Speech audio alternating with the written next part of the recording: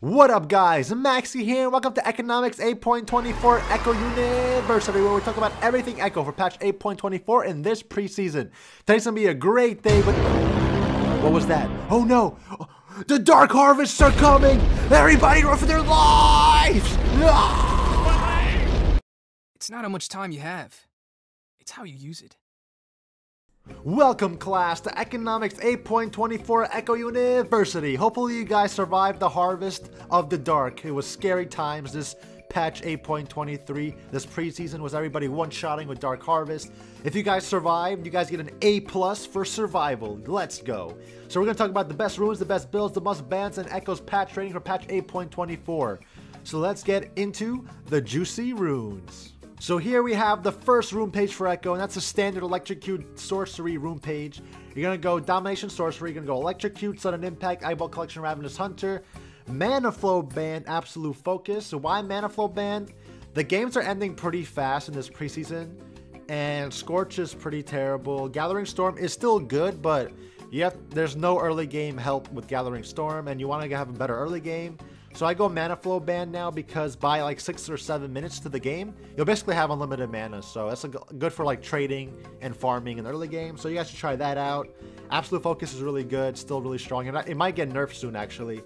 But the juicy part is the stats. So you have 3 stats now: offensive, flex, and defense. So for your normal game, you want to go double offense and health. So you want to go AP, and then HP for defense. But if you're versing like a full AD team, I'd recommend going double armor.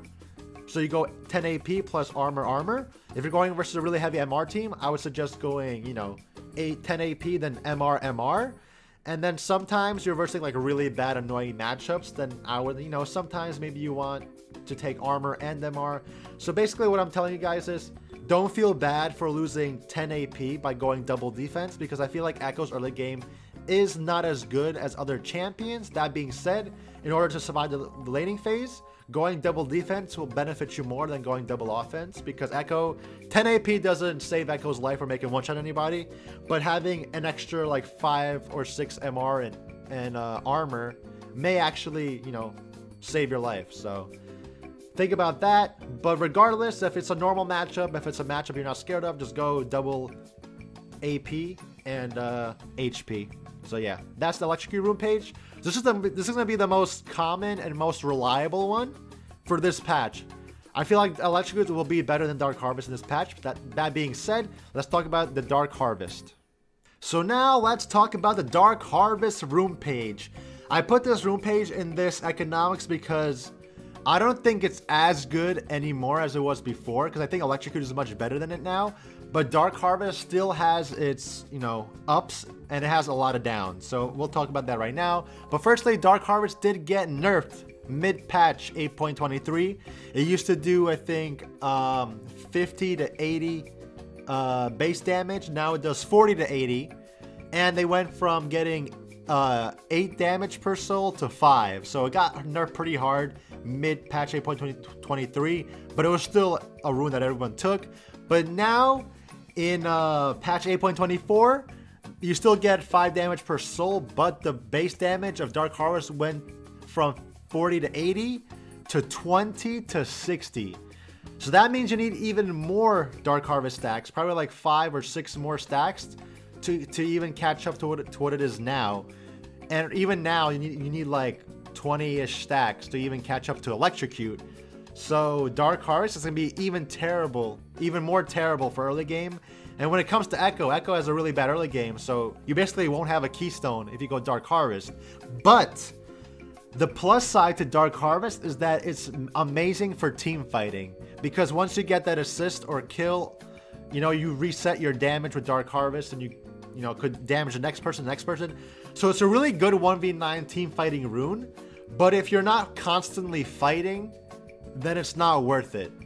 If the enemy laner is passive or there's no team fights going on, you're not going to have a keystone. Whereas Electrocute scales regardless. So if you want to go Dark Harvest, you got to make sure that you don't die early, and you got to make sure that you keep fighting and somehow proccing it, because if you're not proccing it, especially in patch 8.24, you're not going to have a good keystone. So Viewer discretion is advised. But yes, let's look at one of my most favorite room pages for this preseason, and that's Grasp of the Undying Ekko. You want to go Grasp of the Undying, Shield Bash, Bone Plating, Overgrowth, Mana Flow Ban, Absolute Focus. And by the way, Shield Bash is getting buffed in patch 8.24b, or whatever the patch is after 8.24. It's on the PB right now. But anyway, so for this room page, I go this room page to survive matchups like Aurelia, like bruiser matchups, Aurelia, Yasuo, maybe Akali, Castodin, all those terrible matchups that you hate with a passion.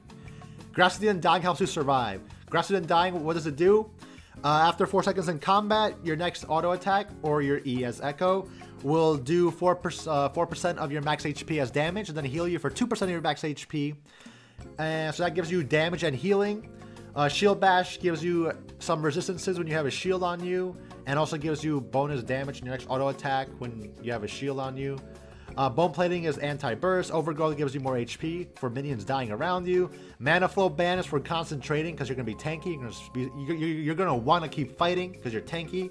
You're going to heal up with Grasp of the Undying. You're going to have mana back because of Mana Flow Ban. So you'll be able to keep fighting and proccing Grasp of the Undying. You want to trade a lot with this room page because you're going to be tankier. You're going to out-tank the enemy mid laner, and you're also going to out-damage them if you play correctly. Absolute Focus gives you the damage. And for this flex stats, you want to go 1 offense, and usually I go double defense with this room page because it makes you even more tankier. So yeah, if you want to survive a terrible matchup, try this room page out. Alright, so for Ekko's best build of this patch, it's going to be the same build that we've been doing since the Inspiration Tower Tonic meta.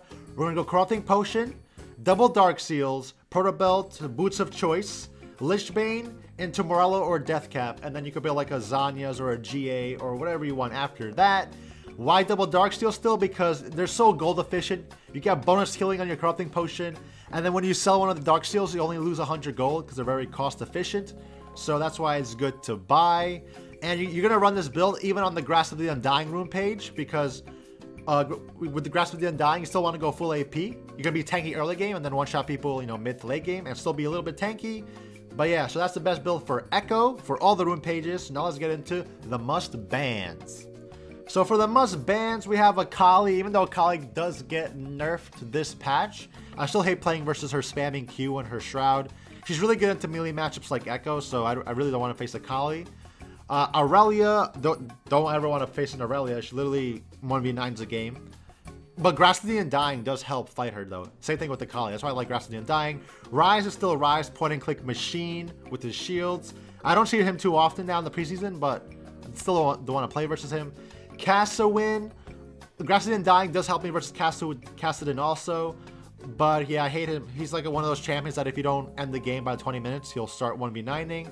But my permaban for this preseason and for a long time now is LeBlanc. I just hate facing this champion. You could kill a LeBlanc, you could beat a LeBlanc, but she's just really annoying. I hate getting point and clicked on for half my HP, so I permaban LeBlanc. But she is squishy. She's probably the easiest one to kill out of all the top row. But now the bottom row, we have Nico. Gotta permaban this champion. She comes out this patch. Permaban why? Because your teammates will try to use her and int, and the enemy team might use her and somehow 1v9. So I would avoid this champion, especially if she's on your team. Jax is actually really strong. He is getting nerfed this patch as well. But facing a Jax's Ekko is like, you can't do anything. He just kills you. Karthus, the infamous Karthus this patch. You might actually want to permanent this to Dark Harvest with Karthus 80 carry or Karthus anywhere. He literally just suicides all game and 1v9s the game with his R and Dark Harvest. We all seen what happens with Dark Harvest. So there's that. And then Graves. Graves is still one of the best junglers. I hate playing versus champion. You can ban him. And then Aatrox. Aatrox. The Smite mid Aatrox. Actually, any Smite mid champion. Because they brought back the Smite mid because they removed the gold restriction. So now you could actually funnel again. So we'll see when they patch that. You could actually go Ekko Smite mid, but Smite mid should not be in the game. And Aatrox with Smite mid is really strong because he uses no mana. He's tanky, he's strong, he's a bruiser. He could clear jungle camps well. He's just... yeah, so those are the must bans for this patch. Let's get into Ekko's patch rating. So Ekko's patch rating for this patch will be a B. Why am I giving him a B from F to S+? Because B is okay. Because Ekko is not the best with Dark Harvest. There are a lot of champions that already have early game damage, so they could utilize Dark Harvest and stack it better than Ekko. And especially with Dark Harvest being nerfed, we're gonna have to go back to Electrocute. And even though Electrocute is, you know, not unchanged, pretty decent, champions that still use Dark Harvest this patch will potentially 1v9 games still. And then champions like the bruiser champions like Aurelia, Jax, all those champions, even though they're getting nerfed, Ekko still can't really beat them, even though Grassland dying does help you beat them, but they're still hard champions to beat. And right now, the preseason is a giant fiesta, especially in the early game. And like we all know, Ekko is not the strongest in the early game. So this fiesta kind of does not involve Ekko. But if you do get kills with Ekko, obviously you go 1v9 a game. That's totally reasonable. But just the champions right now that are owning the game and Smite mid with like Aatroxes and Bruisers and the unbalancedness of the game right now makes it really hard for Ekko to stand out. But don't worry, I think that in a few patches, by the time the season starts, I think Ekko will be back to an A. 100%. I think that will happen because they'll fix all those weird balance changes, balancing issues. But yeah, thank you guys so much for watching Ekkonomics 8.24, and I'll see you guys in the next one.